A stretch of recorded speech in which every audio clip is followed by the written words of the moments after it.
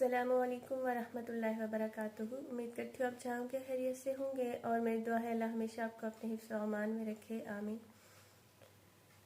دوستو، ایک دفعہ حضرت عمر رضی اللہ تعالیٰ عنہ کچھ لوگوں کے درمیان کھڑے تھے۔ ایک بوڑھی عورت اپنی لاٹھی سے راستہ ڈھونڈتی ہوئی آئی۔ وہ زمانے کی مصیبتوں کی ماری ہوئی تھی، اور حضرت عمر رضی اللہ تعالیٰ عنہ کو وہ لوگوں کے درمیان سے ایک طرف لے گئی۔ حضرت عمر نے ان کے کندھے پہ ہاتھ رکھا اور اپنے کان ان کی طرف لگا دیے تاکہ وہ ان کی بات کو غور سے سن سکے۔ وہ بوڑھی عورت بڑی دیر تک حضرت عمر سے باتیں کرتی رہی، اپنی نحیف اور کمزور آواز میں، اور آپ بلا تردد اس کی بات کو سنتے رہے، یہاں تک کہ آپ نے اس کی ضرورت کو پورا کر دیا۔ جب آپ لوگوں کے پاس واپس پلٹے تو ان میں سے ایک آدمی نے کہا کہ اے امیر المومنین، آپ نے اس بوڑھی عورت کے لیے قریش کے آدمیوں کو اتنی دیر روکے رکھا۔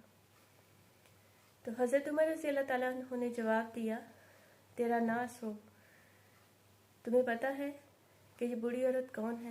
تو اس نے کہا کہ میں نہیں جانتا۔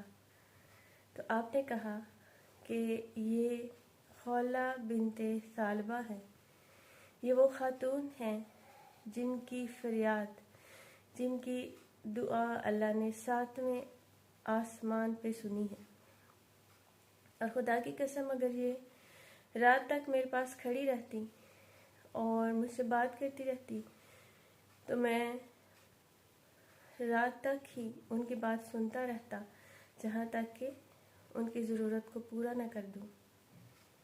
تو یہ امیر المومنین حضرت عمر رضی اللہ تعالیٰ عنہ کا دور حکومت تھا، یہ ان کا عوام کے ساتھ رویہ تھا۔ آج ہمارے حکمران کہاں ہیں؟ ان کا رویہ اپنی عوام کے ساتھ کیسا ہے؟